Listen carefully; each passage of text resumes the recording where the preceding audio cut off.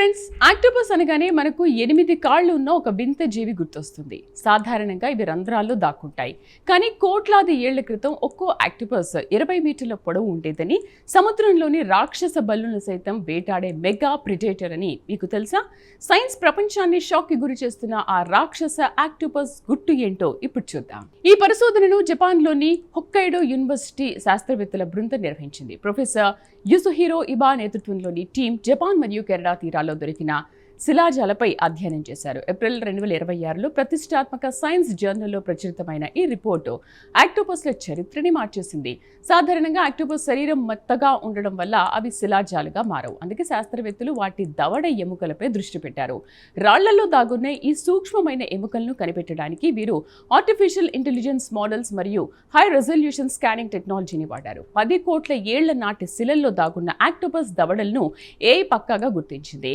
ఈ శిలాజాలను బట్టి ఆనాటి ఆక్టోపస్లు సుమారు 20 మీటర్ల పొడవు ఉండేవని శాస్త్రవేత్తలు అంచనా వేస్తున్నారు. అంటే ఒక పెద్ద బస్సు కంటే కూడా ఇవి పొడవు ఉండేవన్నమాట.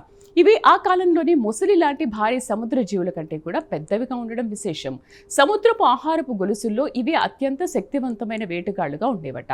శాస్త్రవేత్తలను ఆశ్చర్యపరిచిన మరో విషయం ఆ దవడలపై ఉన్న గాయాలు. ఈ ఆక్టోపస్లు గట్టి కవచం ఉన్న జీవులను ఎంత బలంగా కొరికేవంటే వాటి దవడల అంచులు ఏకంగా 10% వరకు అరిగిపోయాయి. అంటే ఇవి చాలా అగ్రెసివ్గా వేటాడేవన్నమాట. విచిత్రం ఏమిటంటే ఇవి తమ దవడల్లో ఏదో ఒక వైపును ఎక్కువగా వాడేవి. అంటే కోట్లాది ఏళ్ల క్రితమే వీటికి అత్యున్నత స్థాయి మేధస్సు ఉండేదని దీనివల్ల అర్థమవుతోంది.